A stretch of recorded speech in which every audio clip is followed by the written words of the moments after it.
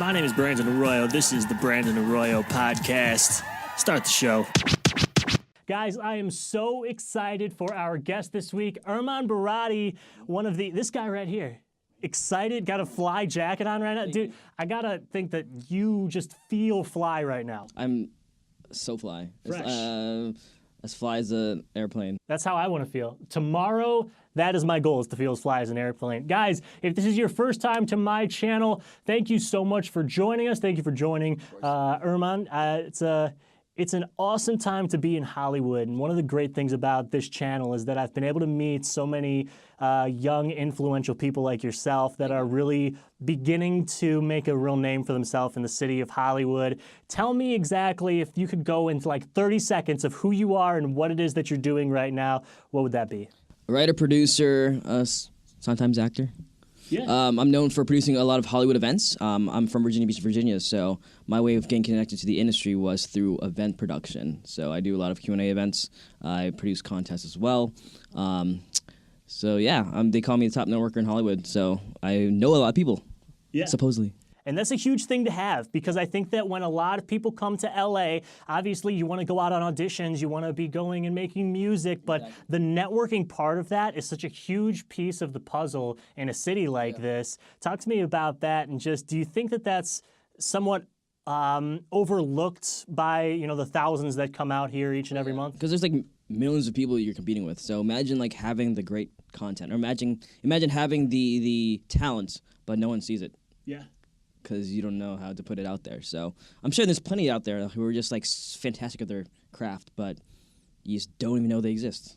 What is the first step in becoming good at that sort of putting yourself out there, staying connected with other people, networking? What's the real basics that need to happen for you to get into that? Have you ever been to a networking event where like there's like that one person in the corner who's like, oh, what am I doing here?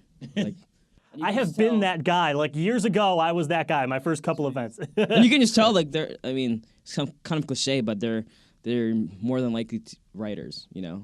Like they're super shy. They're behind a computer screen all day, so they don't really put themselves out there. Or, it's funny, just not funny, but it's crazy seeing them at a networking event not networking because they just don't know how to do it. So it does take some people skill, but I mean, just at least you're attending them, and collecting cards, and always stay in touch with them. Absolutely. It's pointless to have like a billion cards and not even like look into it. When did you first start realizing that this was something you wanted to get into? And when you start trying to hone your networking skills, I got to imagine it can be a little bit awkward at first getting out of your comfort zone, for some people anyway. Maybe not in your particular case, but what are some good ways to defeat that, getting out of your comfort zone and being able to put yourself out there and meet new people?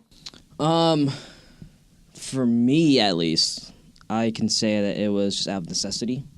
So, this was like way before I officially moved out to LA.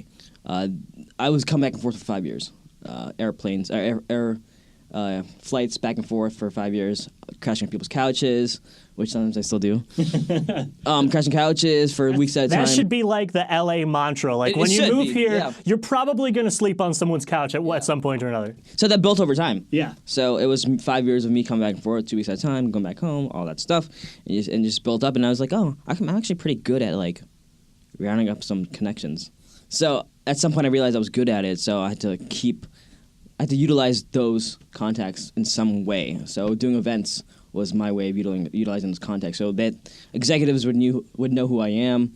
The thing I like to tell people is the obstacle was not getting in the room with executives, but getting executives in the room with me. Mm. So yeah. And when you got into the room with those executives for the first couple of times, was that intimidating for you? It was. Yeah. Because a lot of it was like, how do I stack up with these guys? Like these big executives from like our favorite TV shows, our favorite films, they're like coming up to me at my events like, oh, good event. What do you do? I'm like, oh, what do I do?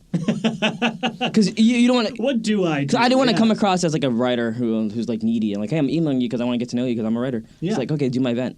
And then it's like, okay, great event. So what do you do? Let's go for coffee. So, and it's like, okay, I really got to step it up now because they ask me what I do, what I want to do with my career. So I was like, okay, now I got to show up. Yeah. You know? So for me, like I said, I've been writing for a long time. I'm hitting 30 years old. I haven't sold a major script, I haven't made a major picture yet, but it's getting to that point, I think, where these connections are really looking at me like, okay, let's talk. And that brings along an interesting question, because I think that that's something a lot of young people in Hollywood might be wondering is, when is it appropriate to start bringing up, oh, this is what I'm doing, rather than, because you don't want to push somebody off right away and say, this is what I'm trying to do, can you help me do this? When is it appropriate to bring that up? I've had people, whether it's email or Instagram, like DMs or Twitter DMs, like people will jump in DMs and at least build rapport. Nothing wrong with that. There's a problem when, before you even say hi, you say, hey, I have a script I want to show you. That's totally the wrong way to do it. Because some people do it to me, and I'm like, not even up there yet. Yeah. It's like, hey, before saying, what's up, Erman, my name is, they're like, I have this series I'm going to show you. Okay, nice to meet you too. But at some point, maybe like I'm not gonna give like a time period. Like I'm not gonna say a month or 2 months. But when it feels like the conversation has gone somewhere to where you actually have a connection and have a rapport with them, then you can be like, hey, well, is there a possibility I can bring you to lunch or take you out to coffee? Nothing wrong with it. The least they can say is no. Like that's the worst they can say. That's the worst they can say. So. Right. Yeah, nothing wrong with that. So obviously social media right now has been the big play for the last, we're going on, 10 years now, 11 years, ever since, Facebook, MySpace was really becoming the big play. What's MySpace? MySpace? It was this old, back in my day, we had MySpace. There was so much pressure on that top 8. I don't remember that. Oh my God. You're like, wait a minute, how come I'm not in your top 8? Yeah. Well, you're top 9, I promise you. Yeah, top 9. You're right there. You just didn't quite make that top 8 list. Instagram right now, huge. Facebook ads right now, huge. As far as where your focus is right now on social media, where are you spending a lot of your time at? And what's some tactics you might be implementing right now? For me, it's Instagram. Not that I don't use the other platforms, but for me, it's Instagram because we live in a very visual era, So when you go on somebody's page, the first thing you see is like 6 to 9 pictures. Yeah. The first thing you see is the first 6 to 9 pictures. So it's like immediately that impact is there, So you got to capture somebody's attention within those most recent pictures. So for me, especially with my events or my contests or whatever I'm doing, whether it's like, hey, I'm at this really cool production company, it's like they see that and they say, okay, let's go, let's chat, Yeah. And it's cool because like a lot of industry people, whether it's music or film, they're on there too. They're regular people, they have lives that they want to share too. So they do have pages on these social media platforms that they connect with audiences. So you can hit them up. Especially I use Instagram to hit up people. So, with musicians that you see in LA, because there's a lot of people that come out in the first couple of years, they're out here, they're working, they're trying to make some connections, or maybe they have some connections. What is something that you would say on Instagram isn't being done enough by musicians? Have you been to a musician's page that they don't have any music shared on? It's like the bio says songwriter or songwriter musician, and then you scroll down the page and there's nothing, there's nothing here of you singing, So share your work. Share your work, yeah. And even as filmmakers, like I'll be honest with you, I got to do that too. I got to share some content, but if you have a song, like share a snippet of it on your pages. Like you can share up to 60 seconds. 60 seconds now on Instagram. Share 60 seconds. Yep. Yeah, I think it's up to 120 seconds on Twitter right now, or a minute 20 seconds. Gotcha. Yeah, so also IGTV. You can use IGTV. IGTV. That's a big thing that I have to start getting into. I haven't been using IGTV either. I mean, in the worlds of the Gary V's right now, where there's so much content being pushed out 24 hours a day, it's tough to keep up to that level. But I agree. If you're a musician and you don't have any music on your page, do that right now. Find something that you can put on there. Just to at least get that so at least going. we know how you sound. We know what kind of music you make. It's nothing wrong with like posting like pictures of you eating or whatever you usually do, whatever you do on your normal basis. You can do that every once in a while, but definitely let us see your work. Yeah. For the events that you have been a part of, there's been some pretty big names there. And that can be a little bit intimidating for individuals that may be new to Hollywood and have never been around a celebrity or anything like that. What would be your first words of encouragement to get people to those events in the first place, and then part two to maybe get over that starstruck feeling of, oh my gosh, I've seen this person's work, to get to the point where you can have an actual conversation with these people. Oh man, it kind of goes back to the whole like you could be talented but no one sees you. So just by showing up shows initiative. So when you're at these events, at my events, like you get to network and all that, and a lot of them are like, whoa, you actually showed up. So these young actors, these young musicians, these young filmmakers, and they're not limited to young. Yes. Right. Anybody can show up, just to let you know. Yeah. Anybody can show up. But it's just the fact you show up, and it just shows initiative. It shows that you're serious about meeting people. So during the networking aspects of our events, they see that, and they exchange information, Just this past year, several people have told me that they came into my events and now are working with some guest speakers I've had in the past. Composers, someone is in music management at a big management company, music, because they attended events. We have filmmakers who've collaborated together. Attendees, like fellow attendees, also collaborate together. But I've had people who have had meetings with our special guest speakers because they showed up. That's got to be a really cool feeling for you to know that you took that you had a part in these benchmark success moments for people that have come to these conferences for you. Yeah, no, for me it's my mantra is connecting others while connecting myself. So it's building contacts for me, but also it's helping other people, which kind of reflects on what we do. Definitely. Yeah. Well, you've definitely had some big conferences that you've been a part of. If you haven't seen it yet, head over to the Instagram page. We'll go ahead and link it right here. There'll be like a little blip. Look at this Instagram. This one right here is where you can go check out some of this man's work. What do you have coming up, man? What's next on the pipeline for you? So in 2019, I am collaborating with... his name is Iglis Ete. He is the music consultant on Moana. So if you've seen Disney... Oh, fantastic. Yeah. For those who've seen Disney's Moana... it has a very Indian. Let's just Polynesian. Polynesian. Yes. I'm going to say Islander. Okay, Islander. I don't know why I said Indian. It has a very Polynesian/Islander feel. Yeah. And to make it authentic, they consulted with folks who live in like Fiji, right? Okay. So I have music consultant Iglis Ete. We are collaborating on a one-night show here in LA for his play that's already being done out in New Zealand, in Fiji. Fantastic. And it's called Malaga. Okay. Yeah. And then I'm developing some content, some shorts, some feature films that I'm writing as well. But on the event side, I am starting a series of roundtables. So I've been to my bigger events with like 200, 300 people. This is more of a kind of laid-back roundtable with special guest speakers where you can literally sit around a table and the attendees drive the conversation. So it's more intimate, 20 people or less. There's also food involved, so it's like more of like a hangout, if you will. Then I have my monthly series, my monthly event series that I do that I give back to special causes. Mm-hmm. So most recently we've done Fuck Cancer. Can I say that? Yeah. Well, we can bleep it. Okay. We've done benefits for them. We've done benefits for the American Foundation for Suicide Prevention because in LA, and especially in the entertainment industry, there's a lot of mental health issues with creatives. So we want to give back to that cause. I'm talking to other different causes to team up. So we'll see which comes up in the near future. I can't say right now because we still got to talk details, but there are a few more causes that I am connecting with. Also, we have our weekly meetups that I do every Monday night. Just hang out with filmmakers and actors and musicians. Yeah. So other than that, we still have a contest where at the Film Empire, which is I've co-founded with my buddy Brandon, and we put together these different mentorship contests in film and screenplays and all that fun stuff. So yeah. You've had some big events, as you mentioned, several hundred people.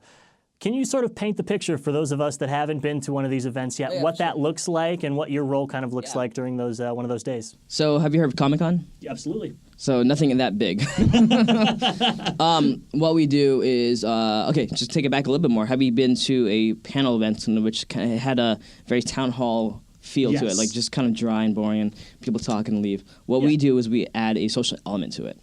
So it's not just a panel, but it's a party. So think of it as a forum plus a mixer. So there's actually time to connect. We have a live DJ, we have music. Sometimes we have performances because it gives you that laid back atmosphere in which you can drink with drink with fellow attendees, drink with a special guest speaker, and have that. There's less pressure than sitting across from an executive at a meeting.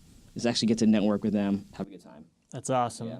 For the individuals that are in Hollywood right now that have already started to build their following, they do have a little bit of music on their Instagram. Yeah. In your opinion, what's going to be the play for them that'll take them to that next level?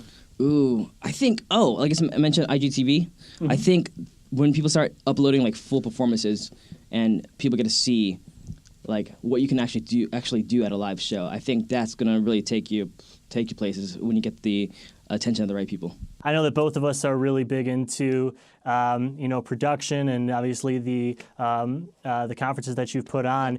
Jimmy Fallon recently just did an entire episode of The Tonight Show on I forget what, the S10 maybe, the cell phone. They shot an episode of The Tonight Show all on the S10. It's ridiculous, which was fantastic marketing. No, it wasn't live, but it was so it's pre-recorded. Cool yeah, but that's amazing. That's very amazing. That's where we're at right now. World. Yeah. Okay. It's pretty crazy.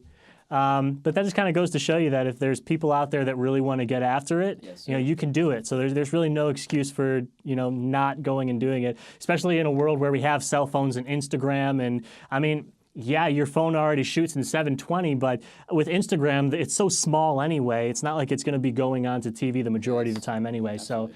So if I can have any word of advice for anybody out there right now, it's whatever it is you're trying to do, just start doing it. You don't have to wait till you're out here in LA. Our friend right here was doing it when he was out in Virginia, getting his first start going out there. Yeah. So Virginia Beach. Shout out. 757. VP. Do people ever say that? The VB? The VAB? The 2 up, 2 down. 2 up, 2 down. All right, so we have the website. Let's get to that. So we have social media that you're really rocking on right now. The Instagram, if you haven't checked them out yet, go ahead and check that out. I'll put the link one more time here and also in the description below. But I'm also going to have in the description the website. So tell me a little bit about the website. Yeah, so my personal brand is Ermantourage. So it's Erman plus Entourage. I like it. Kind of I like it. TV show, yeah. Yeah, absolutely. So ERMANTOURAGE.com. Funny story, if we have a minute. So we got time. The creator of Entourage took a picture of I had bench ads in LA a few months ago, just for fun, just a little like wink, nudge. What was on there? It was just a picture. Is a really low quality picture of me.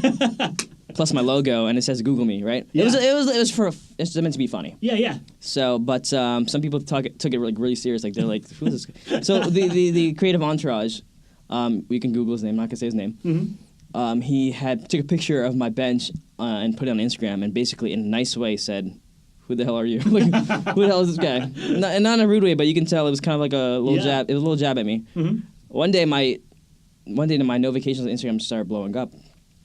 So I opened my Instagram. And there's like a bunch of like my friends on his page defending me. Like, this guy's they're like, this guy's good. He's legit. He knows what he's doing. Mm-hmm. He's a good guy. All that stuff. I'm like, that's cool. But then I DM'd him just to clarify, like, hey, like it was kind of a funny thing I did for my benches. I wasn't trying to like step over any boundaries. I know your show's called Entourage, or your movie and TV show called Entourage. And I was like, hey, well, this is what I do for special causes. And he's like, oh, good work, So I cleared that up with him. But it was just funny that he had, like they say, all publicity is good publicity. Yeah, absolutely. I was just thinking in my mind, I was like, there's no such thing as bad publicity. Like, I mean, obviously that's taking it a little far. I think there is such thing as bad publicity, but that was genius. I love when people take those moments and really make the most out of them. How many people are going to get to have the creator of Entourage noticing their work and then be able to leverage that? So that was awesome. Actually, one idea that I've been toying around with. So if you're watching this like 2 weeks from now, keep an eye on the YouTube. You might be able to see this. I want to do. You say they have that cheese throwing on babies on Snapchat. I think I've seen it. There's some sort of cheese throwing challenge where you throw cheese on a baby and it's like whatever, it just like lands on their face. I want to do like a spin-off of that where a mom gets super pissed because someone threw cheese on her baby, but the baby's lactose intolerant. But obviously it's going to be fake, but I think that'll have enough of a catch to it that it might go viral. So I'm thinking I might try and throw that out there, see how that sticks in the next couple of weeks. Do it, guys. Yeah. Do it. Check it out. Yeah. Let's see. I think we've pretty much covered everything at this point, man. What does everybody back home think about the LA journey that you're currently on? Oh, a lot of people think I'm like rich and famous. It's so funny because That's the grand illusion of so LA. it's like here's my couch, guys. Like, yeah, it's a grand illusion. Yeah. I mean, people kind of understand. Like, my family's not. They're not looking at it like as a mirage. They know the truth behind how much it takes to get through the industry, and you know.